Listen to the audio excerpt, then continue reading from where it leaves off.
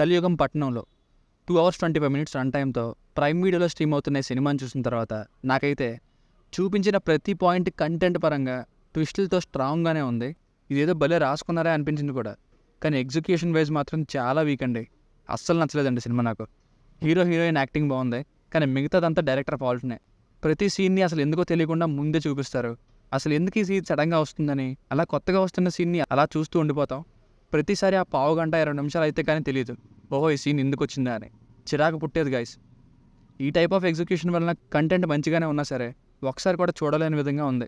దీనికి తోడు artificial scenes plus acting రాని యాక్టర్స్ చాలామంది మధ్యలో గెస్ట్ అపియరెన్సెస్లో వస్తారు. ఇందులో ఉన్న ఒక కోర్ పాయింట్ నాగశౌర్య గారి మూవీలోని ప్లాట్నే. ఆ సినిమా పేరు చెప్తే స్పాయిలర్స్ అవుతుంది కాబట్టి రివీల్ చేయట్లేదు. ఇంకా సినిమా లాస్ట్లో ఈ కలియుగ పట్టణంకి కలియుగ నగరం అంటూ సెకండ్ పార్ట్ లాగా చూపించారు. ఇంకా అసలు ఈ సినిమాలో మీకు నచ్చే ఎలిమెంట్స్ ఉన్నాయో లేదో తెలుసుకోవడానికి కంప్లీట్ రివ్యూని చూడండి. ఫ్యామిలీతో చూడొచ్చా అంటే మధ్యలో అక్కర్లేని ఐటమ్ సాంగ్, అందులోని ఎక్స్పోజింగ్, ఇంకా లాస్ట్లో ఆ కోర్ పాయింట్ రివీల్ అయ్యే టైంలోనూ ఫ్యామిలీతో చూడలేం. బేసిక్ స్టోరీ లైన్ స్పాయిలర్స్ లేకుండా చూస్తే స్టార్టింగ్లోనే ఇద్దరు కవల పిల్లలు పుట్టాక ఇద్దరిలో ఒకడు సైకోలా బిహేవ్ చేస్తాడు.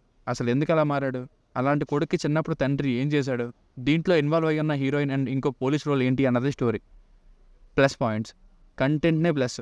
ఎవరు రాశారో కానీ ఎలా తీశారో అనే విషయాన్ని పక్కన పెడితే మంచి సినిమాకి కావాల్సిన పొటెన్షియల్ స్క్రిప్ట్ అయితే ఉంది, అది మళ్ళీ ట్విస్టులతో.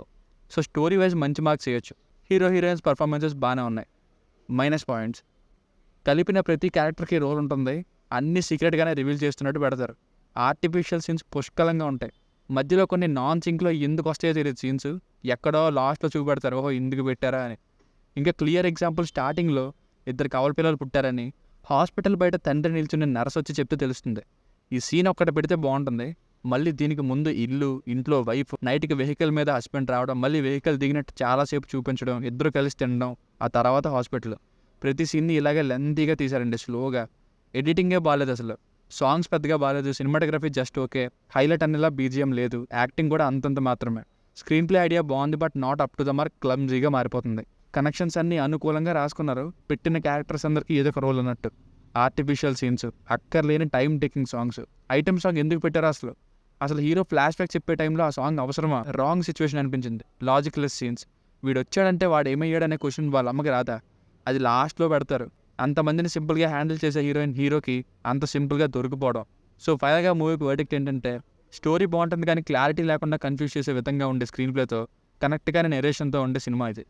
Good potential in script but week execution. దీనికి రేటింగ్ వచ్చేసి ఇది నా ఒపీనియన్ 2.25/5.